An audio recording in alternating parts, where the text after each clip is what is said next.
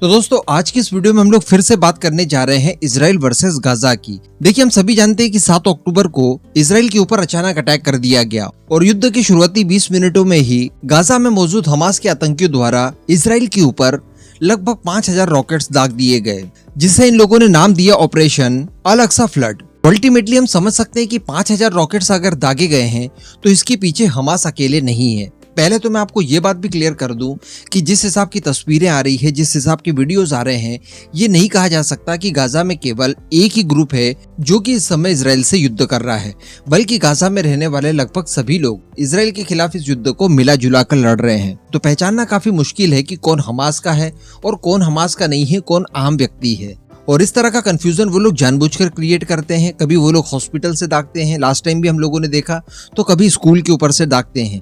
कारण ये है कि जब इजराइल की फोर्सेस रिटेलिएट करने जाती है तो फिर ये लोग विक्टिम कार्ड खेलते हैं कि देखिए, इजराइल की फोर्सेस द्वारा हॉस्पिटल पर अटैक किया गया, स्कूल पर अटैक किया गया, आम लोगों के घरों पर अटैक किया गया और ये सारी चीजें होती है।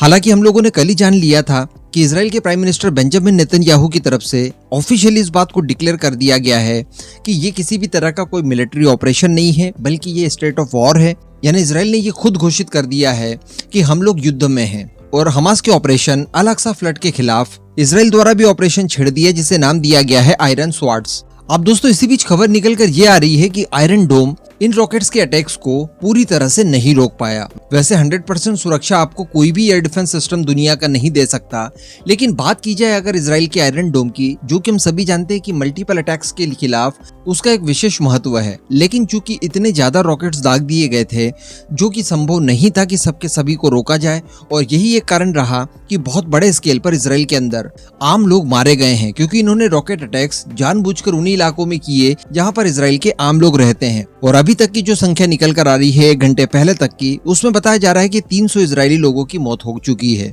और जब रिटेलिएट किया गया इजराइल की तरफ से तो उसमें 250 के नंबर्स में गाजा के अंदर मौतें हुई है।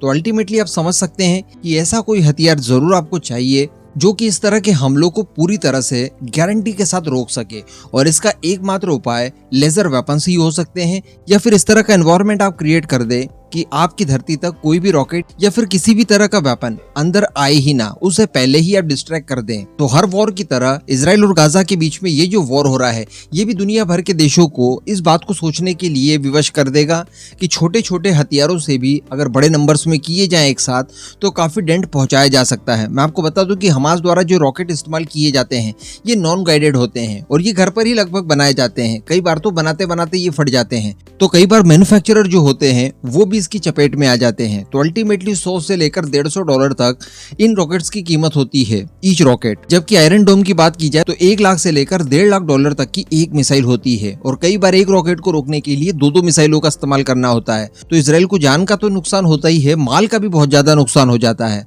काफी बड़े नंबर्स में आयरन डोम की मिसाइलों का इस्तेमाल करना पड़ता है। अच्छी बात देखने के लिए ये मिलती है कि अमेरिका इस बात के लिए बैकिंग देता है। अब दोस्तों यहाँ पर एक और बड़ी खबर निकल कर आई है, जो खबर सीधे भारत और इजराइल के संबंधों को प्रदर्शित करती है।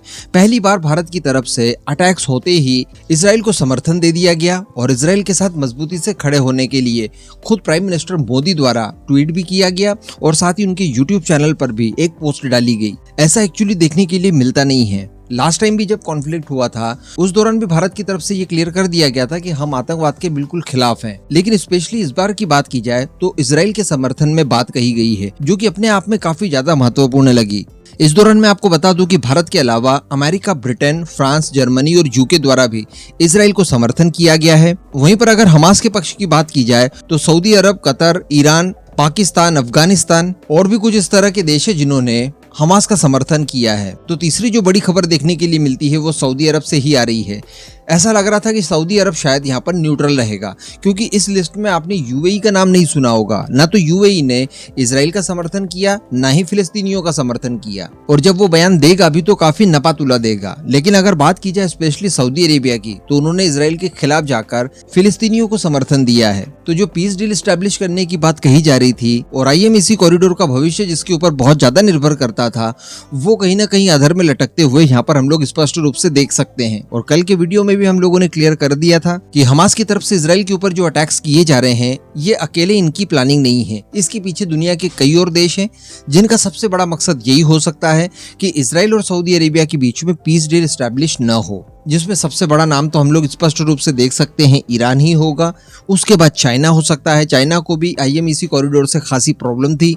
इसके बाद रशिया भी हो सकता है क्योंकि रशिया भी चाहता है कि पश्चिमी देशों का माइंड यूक्रेन से हटकर कहीं और डाइवर्ट हो जाए, क्योंकि रिसेंटली रशिया की तरफ से भी ये बयान आया है कि अगर पश्चिमी देशों की तरफ से मदद देनी यूक्रेन को बंद कर दी जाती है तो एक सप्ताह से ज्यादा यूक्रेन टिक नहीं पाएगा और एक सप्ताह में पूरा यूक्रेन साफ हो सकता है।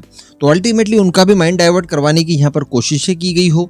और भी कुछ देश पर्दे के पीछे हो सकते हैं जिन्होंने हमास को इस सब चीजों के लिए उकसाया हो, उन्हें मदद प्रोवाइड करवाई हो और एक वेल प्लानिंग करके दी हो। बाकी इजराइल की तरफ से रिटेलिएट भयंकर तरीके से किया जा रहा है, हम सभी जानते हैं इसका अंजाम क्या होगा। जीत हर हाल में इजराइल की ही होनी है, लेकिन आप खुद देखेंगे कि जो अभी तक माहौल इजराइल के पक्ष में बना हुआ है, हर कोई इजराइल को समर्थन दे रहा है। आने वाले केवल 2 ही दिनों में आप देखेंगे कि इजराइल को यहाँ पर विलन साबित कर दिया जाएगा, बिल्कुल भारत की तरह। आप देखिएगा, 2 दिन रुक जाइए। बाकी इस पूरे मुद्दे पर आपका जो भी मानना हो नीचे कमेंट करके जरूर बताइएगा।